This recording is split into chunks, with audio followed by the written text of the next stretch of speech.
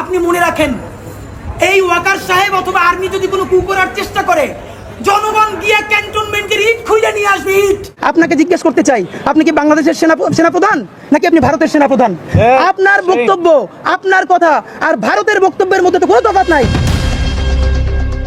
হাদি হত্যাকাণ্ডের তদন্ত কি তবে এক ভয়ঙ্কর মোড় নিতে যাচ্ছে? কেন বলা হচ্ছে শুটার ফয়সালকে জীবিত ধরা প্রায় অসম্ভব? আর কি সেই নেপথ্যের কারিগর যার নাম শুনলে কেঁপে উঠবে শক্তভিত? সেনাপ্রধানকে নিয়ে হাদির সেই জ্বালাময়ী বক্তব্যই কি তার জন্য কাল হয়ে দাঁড়ালো? আজকের প্রতিবেদনে থাকছে হাদি হত্যা রহস্যের এমন কিছু তথ্য যা আপনার চিন্তার জগৎকে ওলটপালট করে দেবে। এতদিন আমরা যা শুনে আসছি, হয়তো তার চেয়েও ভয়ঙ্কর সত্য অপেক্ষা করছে পর্দার আড়ালে। ইউনুস প্রশাসন এখন নড়েচড়ে বসেছে।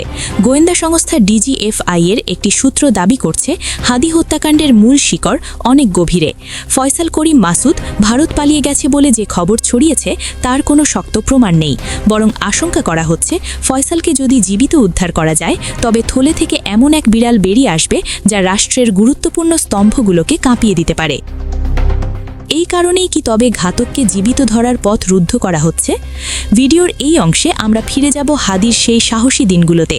শরীফ ওসমান হাদি কেবল একজন সমন্বয়ক ছিলেন না, তিনি ছিলেন অন্যায়ের বিরুদ্ধে এক নির্ভীক কণ্ঠস্বর। সেনাপ্রধান ওয়াকার উজ জামানকে উদ্দেশ্য করে তার সেই ঐতিহাসিক প্রশ্ন, ওয়াকার, আপনি কি বাংলাদেশের সেনাপ্রধান নাকি ভারতের? এবং সেনাবাহিনী কু করলে ক্যান্টনমেন্টের সব ইট খুলে নিয়ে আসব। আপনি মনে রাখেন, এই ওয়াকার সাহেব অথবা আর্মি যদি কোনো কু করার চেষ্টা করে, জনগণ গিয়ে ক্যান্টনমেন্টের ইট খুঁজে নিয়ে আসবে ইট। আপনাকে জিজ্ঞেস করতে চাই, আপনি কি বাংলাদেশের সেনাপ্রধান নাকি আপনি ভারতের সেনাপ্রধান? আপনার বক্তব্য, আপনার কথা আর ভারতের বক্তব্যের মধ্যে তো কোনো তফাৎ নাই। এই বক্তব্যগুলো কি তাকে প্রভাবশালী মহলের চক্ষুশূল করে তুলেছিল? অনেকেই সন্দেহ করছেন এই সরাসরি চ্যালেঞ্জই হয়তো হাদির জীবনের সবচেয়ে বড় ঝুঁকি হয়ে দাঁড়িয়েছিল। ইনকিলাব মঞ্চ পরিষ্কার জানিয়ে দিয়েছে, তারা কোনো বন্দুকযুদ্ধের নাটক দেখতে চায় না। তারা চায় খুনি ফয়সালকে জীবিত গ্রেফতার করা হোক। কেন এই দাবি? কারণ অতীতের ফ্যাসিবাদী শাসনামলে দেখা গেছে গুরুত্বপূর্ণ মামলার তথ্য ধাপাচাপা দিতে আসামিকে ক্রসফায়ারের নামে সরিয়ে দেওয়া হতো। হাদি হত্যার মাস্টারমাইন্ড কি তবে সেই একই পুরনো দাবার চাল চলছেন? ফয়সাল যদি মারা যায় তবে আসল হোতার নাম কোনোদিন প্রকাশ্যে আসবে না, এই আশঙ্কা এখন জনমনে তীব্র। হাদি হত্যাকাণ্ডের পর সরকার নড়েচড়ে বসেছে। জুলাই বিপ্লবের সম্মুখ সারির যোদ্ধা ও সমন্বয়কদের জীবনের ঝুঁকি বিবেচনায় তাদের জন্য বিশেষ নিরাপত্তা ও গানম্যানের ব্যবস্থা করা হয়েছে। তালিকায় রয়েছেন নাহিদ ইসলাম, হাসনাত আবদুল্লাহ ও ডাক্তার শফিকুর রহমান সহ বেশ কয়েকজন শীর্ষ নেতা। এমনকি ব্যারিস্টার আন্দালিব রহমান পার্থ ও জোনায়েদ সাকির মতো নেতাদেরও নিরাপত্তা জোরদার করা হয়েছে। শহীদ হাদির পরিবারকেও দেওয়া হচ্ছে বিশেষ পুলিশি প্রহরা। এটি কি তবে কোনো বড় ষড়যন্ত্রের আভাস যা রাষ্ট্র আগেভাগেই টের পেয়েছে?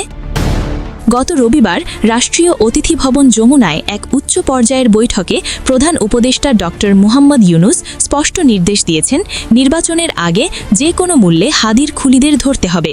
পুলিশ জানিয়েছে, সিসিটিভি ফুটেজ দেখে ইতোমধ্যে ৩১ জনকে শনাক্ত করা হয়েছে এবং ৬ জনকে গ্রেফতার করা হয়েছে। এদের মধ্যে কাশেম ফারুকি ও সাইদুর রহমানের মতো ব্যক্তিদের নাম উঠে এসেছে। চট্টগ্রামের ভারতীয় হাইকমিশনের পাশে বিশৃঙ্খলাকারীদেরও চিহ্নিত করা হয়েছে। সরকার এখন জিরো টলারেন্স নীতিতে এগোচ্ছে। শরীফ ওসমান হাদি হত্যার বিচার কেবল একটি পরিবারের বিচার নয়, এটি জুলাই বিপ্লবের চেতনার বিচার। অপরাধী যদি পাহাড়ের চূড়ায় বা মাটির গভীরেও লুকিয়ে থাকে, তাকে খুঁজে বের করাই হবে এই প্রশাসনের সবচেয়ে বড় চ্যালেঞ্জ। আমরা চাই না হাদির রক্ত বৃথা যাক। আল্লাহ হাদি ভাইকে জান্নাতুল ফেরদাউস দান করুন এবং দেশ থেকে এই খুনি মাফিয়া চক্র নির্মূল হোক। বন্ধুরা, হাদি হত্যাকাণ্ডের নেপথ্যে থাকা এই মাস্টারমাইন্ড নিয়ে আপনার কি ধারণা? আপনি কি মনে করেন খুনি ফয়সালকে জীবিত ধরা সম্ভব হবে? আপনার মতামত কমেন্টে জানান।